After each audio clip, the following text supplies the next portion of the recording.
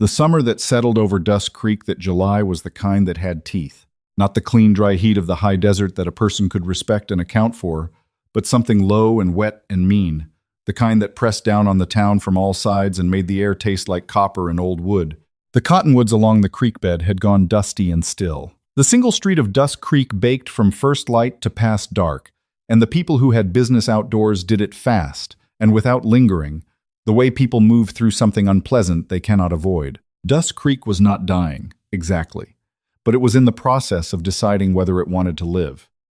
The railroad had come through 30 miles to the north 2 years prior, and what the railroad bypasses it does not kill outright, but it does something slower and in some ways worse. It simply stops looking in that direction. The cattle drives that had given the town its rough purpose in the decade before were thinning.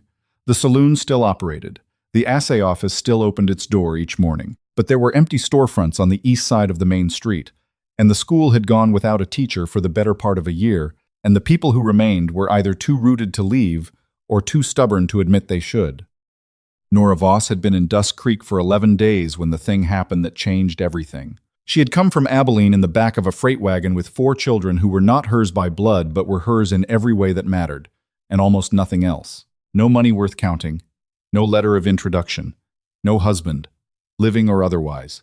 She was 26 years old and looked, in the particular light of that July, like someone who had been tested past what she expected to survive, and had survived anyway without being entirely certain how. The children were her younger siblings. That was the fact of it, plain and without softening. Their father, Gerald Voss, had drunk his way through 2 properties, 1 marriage, and finally his own life over the course of a decade. And when he went, he left behind 4 children, ranging from 5 to 14, and a debt to a man named Clement Ward that had Nora's name on it alongside Gerald's, because Gerald had added it there without telling her and Clement. Ward had made sure she found out at the worst possible moment. Clement Ward was 51 years old and owned the largest dry goods operation in Abilene, which gave him the kind of local authority that accumulates slowly and is never quite visible until you need to push against it and find it solid as a river boulder. He was not a cruel man in the way that requires effort. He was cruel the way a system is cruel, efficiently, without malice, and without the inconvenience of personal feeling. The debt Nora's father had left was $420. Clement Ward held the note. He had given Nora 2 weeks to produce the money or an arrangement he found acceptable, and his definition of an arrangement acceptable to him was something Nora had understood immediately and refused without deliberation. So she had taken the children, what she could carry, and she had gone. Dusk Creek had been the end of the freight wagon's route. She had not chosen it so much as arrived in it, which is a different thing, and a more honest one. She had found lodging of a kind at the back of the feed store, 2 rooms that the owner, a tired man named Hatch, rented for almost nothing because they were almost nothing. She had taken in mending. She had done laundry for the saloon, hauling water and working the tub in the July heat until her hands were raw. She had fed 4 children on what that produced, which was not enough, but was what there was. The children were named Daniel, who was 14 and carried himself with the rigid self-possession of a boy who has understood too young that no one else is going to handle things. Meg was 11, with her mother's eyes and a habit of watching adults the way you watch weather, looking for signs of what is coming. Caleb was 8, missing a front tooth, earnest in the particular way of children who have not yet decided to stop trying. And Lucy was 5, small even for that, with dark hair that Nora braided each morning with a care that was its own kind of prayer. It was Lucy who was with Nora on the morning of the 7th of July when Clement Ward's man arrived in Dusk Creek. His name was Purvis. He was a large man, unremarkable in every feature, except for the quality of his attention, which was the focused, professional attention of someone paid to find things and return them. He rode in on a bay horse and went directly to the feed store and knocked on the back door with 3 knocks that were not quite loud enough to be threatening and were not quite quiet enough to be polite. Nora opened the door because she had not yet learned to not open doors. Purvis handed her a folded paper without preamble. The paper informed her in Clement Ward's attorney's careful handwriting that the debt remained outstanding, that her departure from Abilene had not altered her legal obligation, that Mr. Ward was prepared to settle the matter in the following manner. And here the language became deliberately vague in the way that vague legal language is always a signal of what is actually being proposed. Nora read it twice. Then she folded it and held it at her side and looked at Purvis. Tell him no, she said. Purvis looked at her with the expression of a man who has delivered messages like this before and found that the initial response is rarely the final one. Ma'am, he said, Mr. Ward is prepared to be patient. Tell him no, Nora said again. Tell him I said it clearly so there's no confusion about whether I understood the question. Purvis left. Nora stood in the doorway for a long moment after the sound of his horse had faded. Lucy, who had been sitting on the floor behind her, sorting dried beans into 2 piles by a system of her own devising, looked up. Was that a bad man? Lucy asked. He was a man doing a bad errand, Nora said. There's a difference. She was not sure she believed the distinction, but Lucy seemed to find it useful, which was enough for the moment. May Sutton had come to Dusk Creek 8 years prior as a physician's apprentice and had become, through the attrition of circumstance and the stubbornness of her own character, the closest thing the town had to a doctor.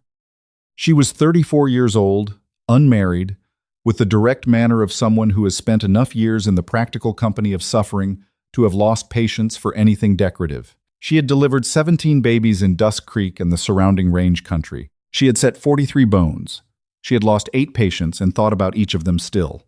Specifically, and without resolution, the way honest people carry their losses. She had a practice room above the hardware store, and a reputation that had spread north to the railroad towns and south into the ranch country, not because she was perfect, but because she was there, which in the frontier territories counts for more than perfection. She had noticed Nora Voss 11 days ago when the freight wagon came in, the way she noticed things that were worth noting. A young woman with 4 children and the look of someone running toward something rather than from it, which was the more difficult kind of situation, because it meant the thing being run from was still coming. She had found out about the debt the morning after Purvis arrived, the way she found out most things in Dusk Creek, through Hatch at the feed store, who told the liveryman, who told the woman who did alterations next door to the hardware store, who came upstairs for her monthly joint complaint and mentioned it while May examined her hands. May did not consider herself a woman who acted on impulse. She considered herself, accurately, a woman who acted on assessment, which sometimes looked like impulse from the outside because her assessments were fast. She went downstairs and around the corner and knocked on the feed store's back door before noon. Nora answered it with a wariness that was not unfriendly, but was not unguarded either. She had flour on her forearm and Lucy standing behind her knee, with one hand gripping the fabric of Nora's skirt. "My name is May Sutton," May said. "I'm the physician here, such as it is. I heard about your visitor this morning. May I come in?"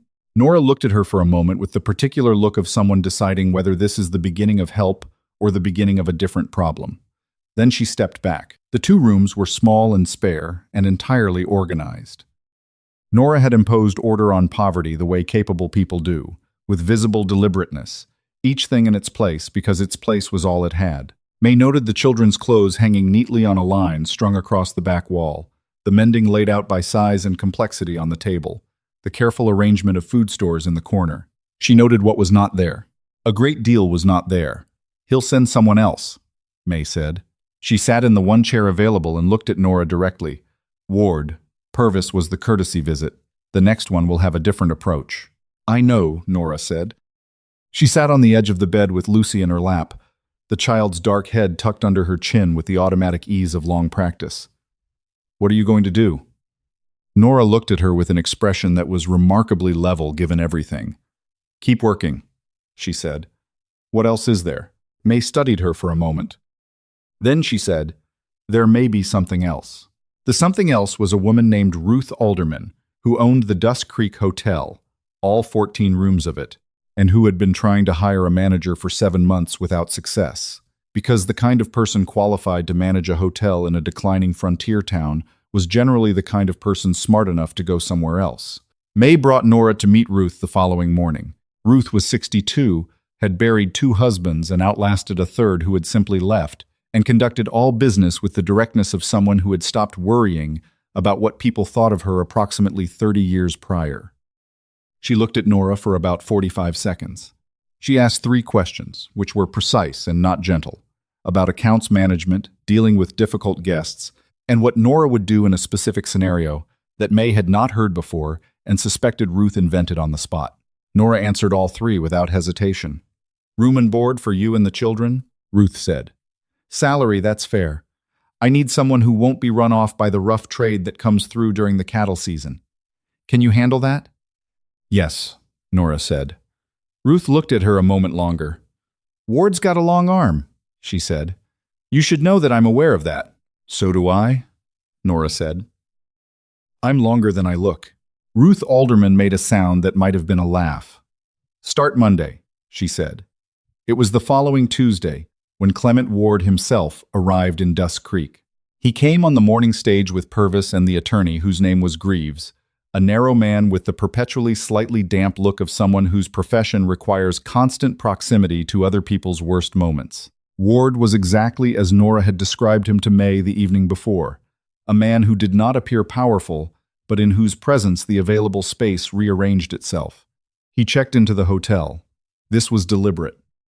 Nora understood it was deliberate, that he had chosen her place of employment precisely, that this was the kind of patience Purvis had warned her about. He came to the front desk that afternoon. "Nora," he said, pleasantly. "Mr. Ward," she said. Her hands, which were resting on the desk ledger, did not move. He laid it out simply, the way a man lays something out when he has already decided on the outcome and is extending the courtesy of informing you before the fact. The debt was real. The note was signed. She could not work her way out of it on a hotel manager's wages, not in any time frame that mattered. He was still prepared to consider arrangements. He was a patient man. He wanted her to think of him as a reasonable one. When he was finished, Nora said, "I'm going to ask you to please not speak to me again about this on the hotel's property. If you have legal business, address it through the courts." Ward looked at her with the expression of someone finding a door lock that had always been open before. Not angry, not yet. Calibrating. "You have children depending on you," he said, quietly. "The way people say things, they want to sound like concern. That's worth remembering." "I remember it every single morning before you're awake," Nora said. "Good afternoon, Mr. Ward." He went back to his room. Nora stood behind the desk for a full minute after he disappeared up the stairs, not moving, her expression arranged carefully, until Ruth came through the back hallway and looked at her and said nothing, but set a cup of coffee on the desk and went back the way she came.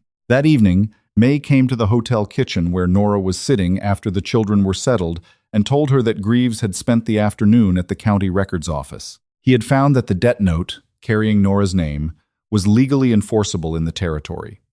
He had found that Nora had no legal standing to contest it independently. He had found, or was in the process of finding, that a young single woman managing a hotel with 4 dependent minors, in a town with no sitting judge, in a county whose circuit magistrate was, by general reputation, susceptible to the right kind of persuasion, was in a position that was considerably more exposed than it appeared. Nora listened to all of this without speaking. Then she said, "What do I do?" May sat across from her. She had the expression of a woman who has been thinking about this since Tuesday morning and has arrived at something she is not entirely comfortable offering.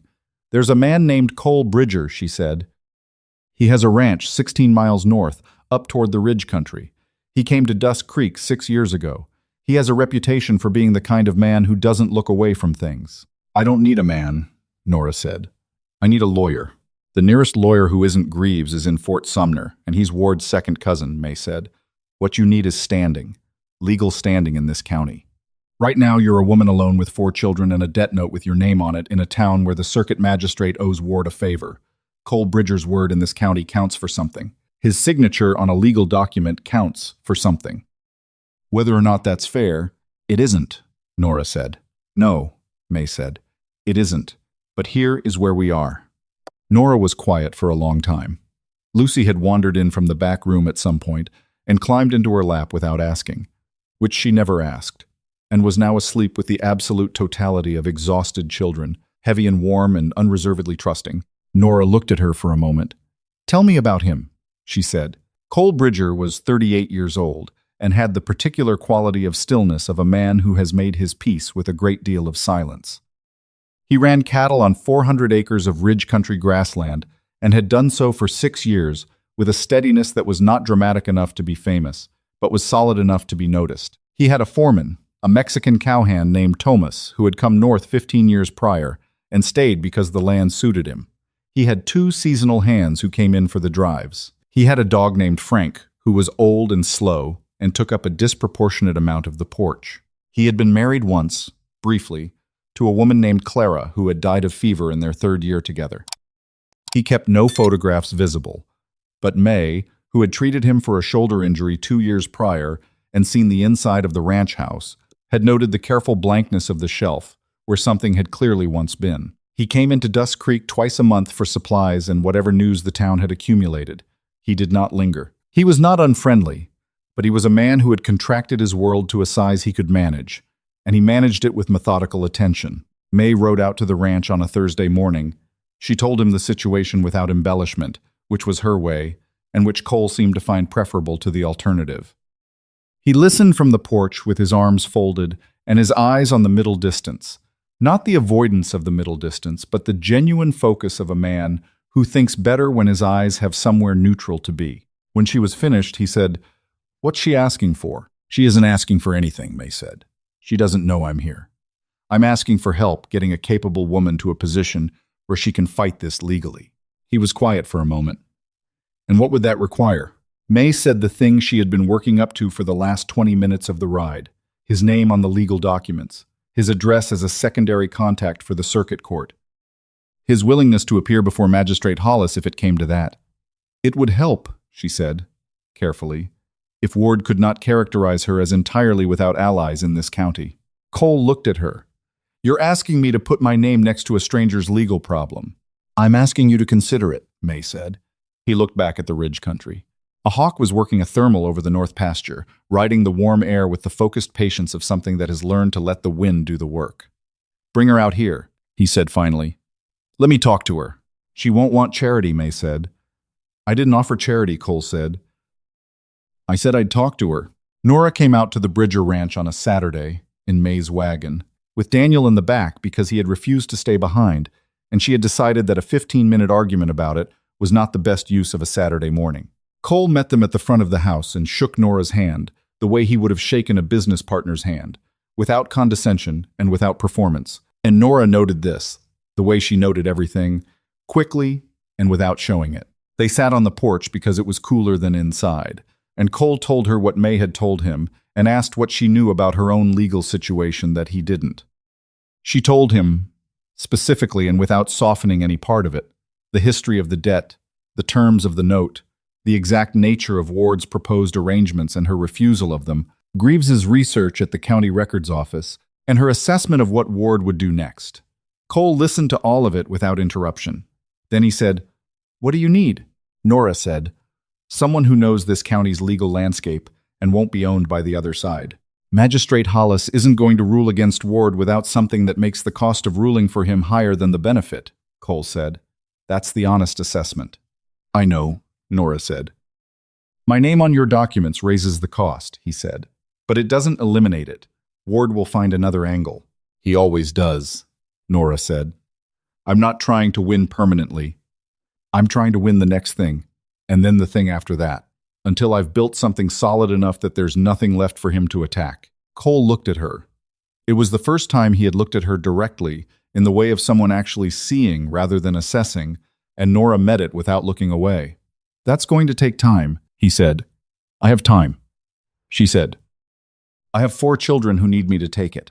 From the back of the wagon, Daniel had been watching this entire exchange with eyes that were older than 14, and not entirely without hope, which was something Cole would remember later as the thing that made him decide.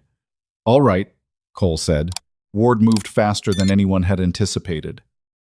On the following Wednesday, Greaves appeared before Magistrate Hollis with a petition claiming that Nora Voss, as a single woman without legal domicile of her own, operating under a fraudulent representation of stable circumstances, had no legal grounds to contest the debt obligation, and further that the children in her care were potentially at risk due to financial instability.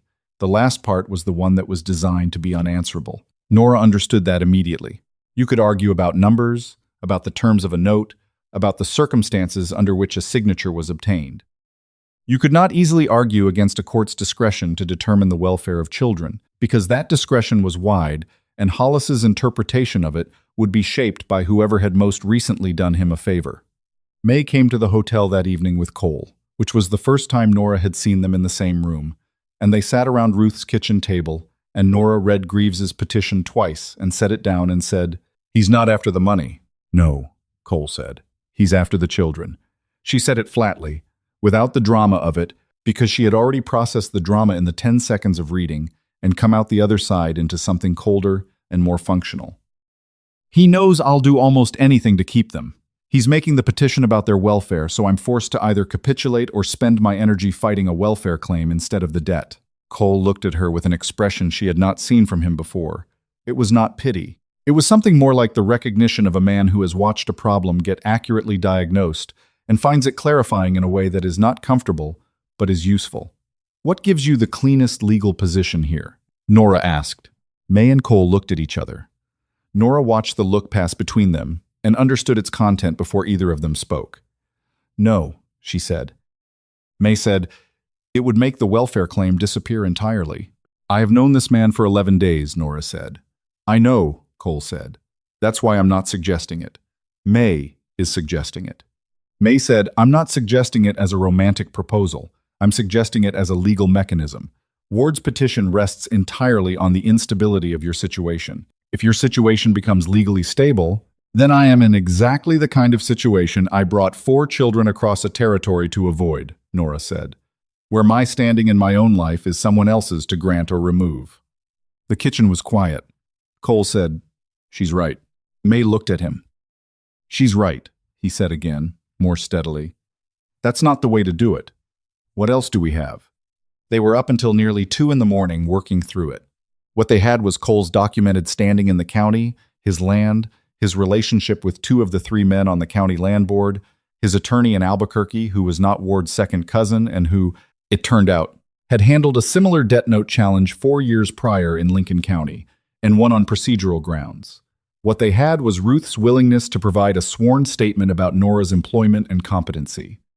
What they had was May's medical records, which showed that all 4 Voss children were in adequate health, and that Lucy's feet, which had developed chilblains during the journey from Abilene, were healing correctly. What they had, Cole said, toward the end of the night when the coffee had gone cold and the candle was low, was the fact that Ward's note had Nora's name added to it without her documented knowledge or consent, which in the territory's current legal framework was a contestable circumstance if argued correctly.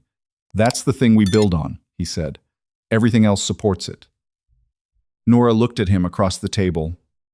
She had been awake since before dawn, and she was still completely present, her eyes clear, her attention precise. Whatever it cost her to sustain that, she was paying it without showing the bill. "Your attorney," she said. "Will he come?" "I'll wire him tonight," Cole said. She nodded. Then she said, "Thank you."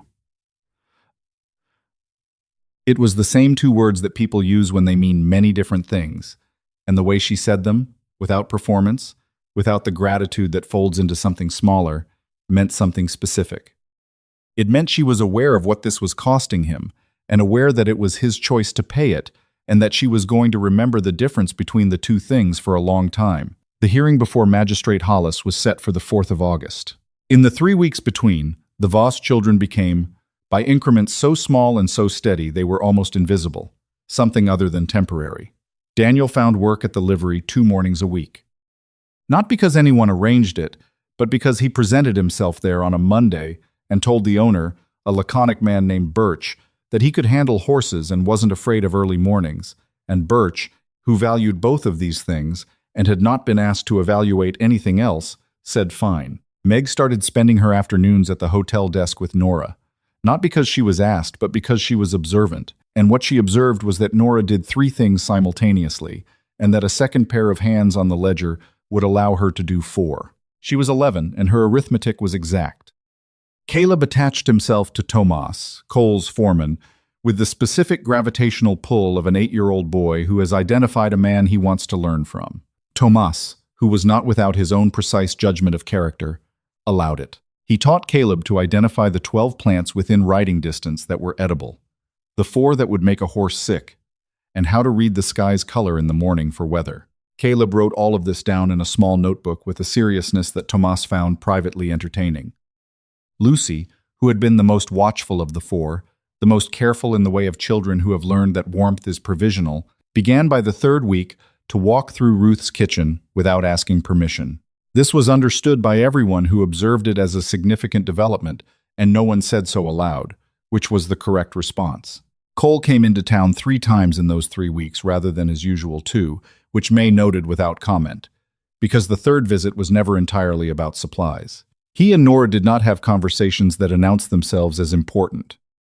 They had conversations in Ruth's kitchen about the legal strategy, about the children's situations, about the history of the county land board, and who on it was likely to respond to which kind of argument. They talked about the ranch, the ridge country, the hawk that worked the North Pasture thermal every Thursday morning with the regularity of a man with a schedule. Once, near the end of the second week, Nora asked him about Clara. She asked directly because it was relevant and because she was not a woman who circled things when approaching them straight was possible. Cole was quiet for a moment. Then he said, "She was good. She was better at this country than I was when we first came." She understood it faster. He paused. "I miss the specific things about her, not the general idea of her, the specific ones." Nora understood this in the way that people who have lost things understand it, precisely, and without needing it explained. "I'm not trying to replace anything," she said. "I want you to know that I'm aware this is a complicated thing I've walked into the edge of." He looked at her. "You didn't walk into the edge of anything," he said. 11 days was a long time before I knew you were here. That's just how it is. It was not a declaration. It was not constructed to be one. It was the honest statement of a man who has decided to stop editing himself down to a size that creates less risk.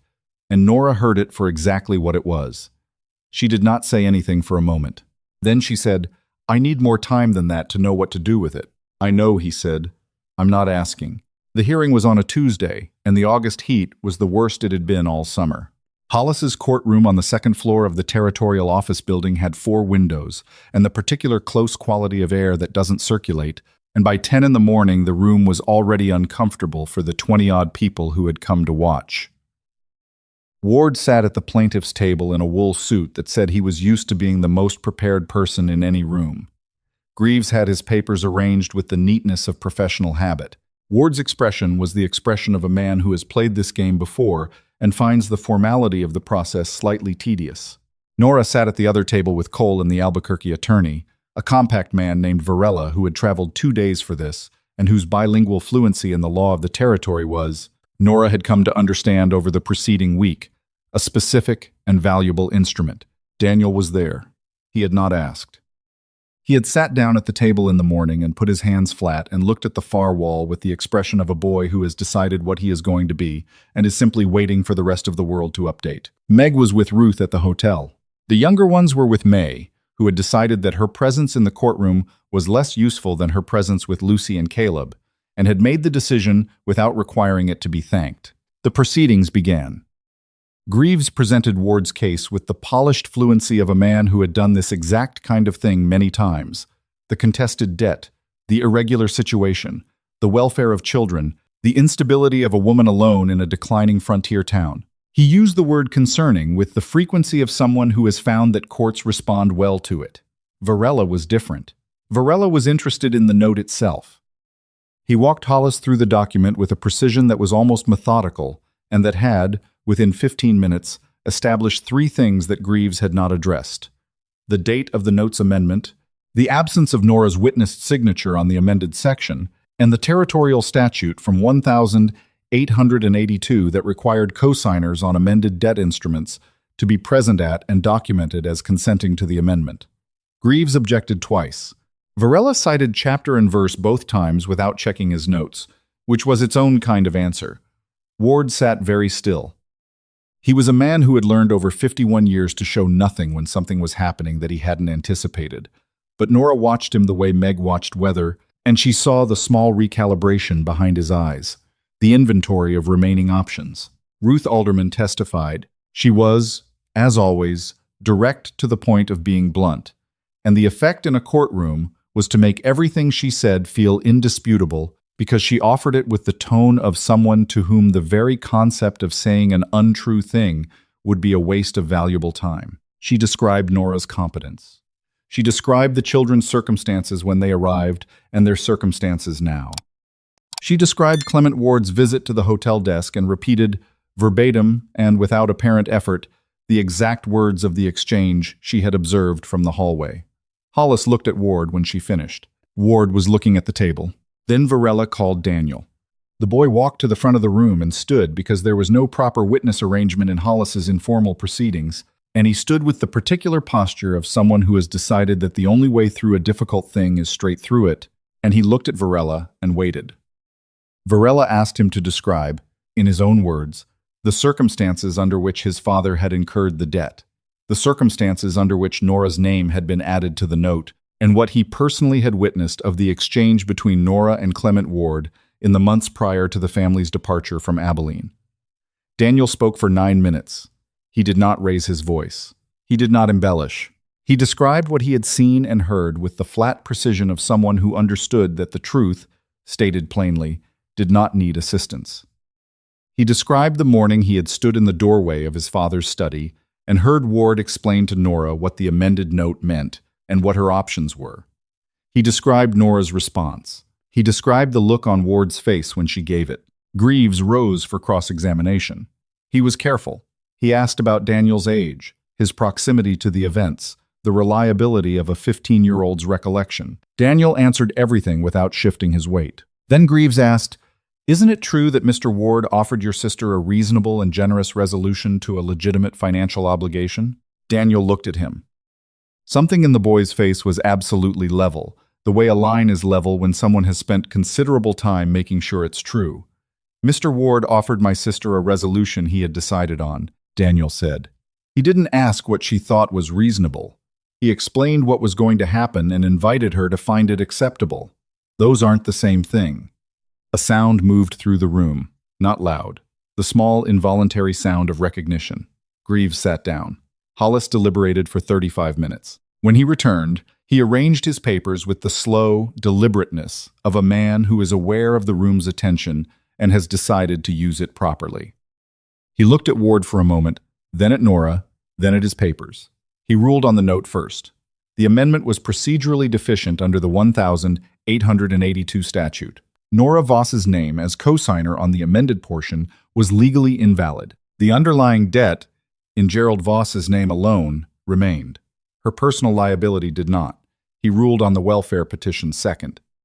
He said he had heard testimony that the children in question were housed, employed, in school attendance where available, in adequate health as documented by the local physician, and under the care of a woman who had, in the 3 weeks since arriving in this county, secured employment, established community relationships, and demonstrated a quality of stability that the petition's characterization of her circumstances did not accurately reflect. He looked at Ward again when he said the next part, with the look of a man who is saying something official that is also personal. The welfare petition was dismissed. The request for debt recovery against Nora Voss was denied.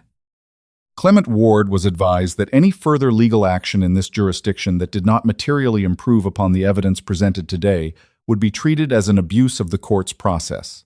The gavel came down. Ward left Dusk Creek the following morning. Greaves filed nothing further.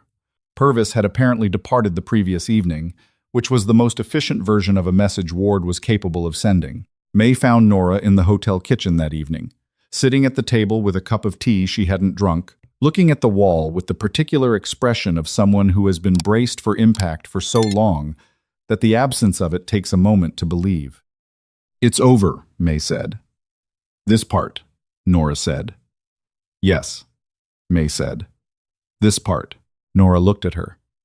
Then something in her face shifted, not into tears, she was not quite there, but into something softer at the edges than it had been in a long time. A controlled unbuttoning of the thing she had been holding since Abilene. "Thank you," she said, "for going out to the ridge without asking me." "You would have said no," May said. "I know," Nora said. They sat together in the kitchen without speaking, which was comfortable in the way that silence is comfortable between people who have been through something together and don't need to explain it to each other. Cole came to town on Thursday. The third Thursday visit that month, which nobody in Dusk Creek was unaware of, though Ruth was the only one who said anything directly, and what she said to Nora was simply, "That man drives 16 miles for supplies he could get from the Garza trading post 5 miles from his gate," and then went back to her accounts. He and Nora sat on the hotel porch in the late afternoon when the heat had finally begun to relent, and the light over the ridge country was going the particular deep amber of late summer, and the cottonwoods along the creek were moving again for the first time in weeks. "You going to stay?" he asked. She considered the question the way she considered all important questions, seriously and without performing the consideration. "Ruth offered me a permanent arrangement," she said. "The children are settled. Dusk Creek isn't where I would have chosen to be, but it's where I chose to stay." "There's a difference," he said. "Yes," she said. "There is." They sat with the evening coming in. From somewhere inside the hotel, Lucy's voice was audible, asking Meg something with the unstoppable persistence of a 5-year-old who has recently discovered that questions are a mechanism for getting attention and information simultaneously, and sees no reason to ration either. "She calls you by your first name," Nora said. "Lucy. She's been doing it for 2 weeks." Cole looked at the ridge. "I noticed. She doesn't do that with people she's decided to keep a distance from," Nora said. "I know," he said. A long quiet settled between them. The kind that has texture to it, that is full of the things two people have been not quite saying for 3 weeks, and which is becoming too small a space for all of them. "I'm not ready," Nora said. "I want you to know that I'm being honest about that and not using it as a door that's actually closed." "I know the difference," he said. "I've been at a closed door. This isn't it." She looked at him. He was looking at the ridge, at the last of the amber light on the high grass, at the hawk that was probably not the same hawk as his north pasture hawk, but was working the same kind of air with the same unhurried competence. She reached over and put her hand briefly on his arm, not holding it, just present, the way you rest your hand on a solid thing to verify that it's there. He didn't move. He let it mean what it meant. The light went slowly over the ridge country, and the stars came in above Dusk Creek the way they came every night over that corner of the west, indifferent and enormous, and absolutely indifferent to the small, serious, necessary work of people deciding to stop being alone. It was not a simple thing. It was not meant to be. The years ahead would have difficulty in them, the hard seasons every ranch knows, the arguments of two strong-willed people learning the shape of each other's stubbornness, Daniel's ambitions that would eventually take him east, Caleb's question, one autumn, about what he should call the man at the end of the road, who had never asked to be anything, but had become something anyway. But that evening on the porch, in the last of the amber light, with Lucy's voice carrying through the screen door and the cottonwoods finally moving, Nora Voss decided to let herself want the thing she had been too careful to want. And Cole Bridger, who had driven 16 miles for supplies 5 miles away 3 Thursdays running, simply stayed for dinner, which was, in the end, how most of the real things began. Not with declaration or design, but with someone choosing to stay a little longer than necessary, and someone else deciding not to ask them to leave. Sometimes the most important door you'll ever open is the one you open for someone else without a speech, without a plan, just because something in you recognizes that walking away would cost more than staying. Nora didn't need rescuing. She needed one person to stand beside her long enough for the world to recalibrate. And Cole didn't need purpose. He just needed to drive 16 miles 3 Thursdays in a row until he understood why. A small note for you. This story was created and fictionalized by AI, crafted to bring you a moment of entertainment, while also leaving behind something worth carrying, a quiet reminder that showing up, even imperfectly, is where most good things begin.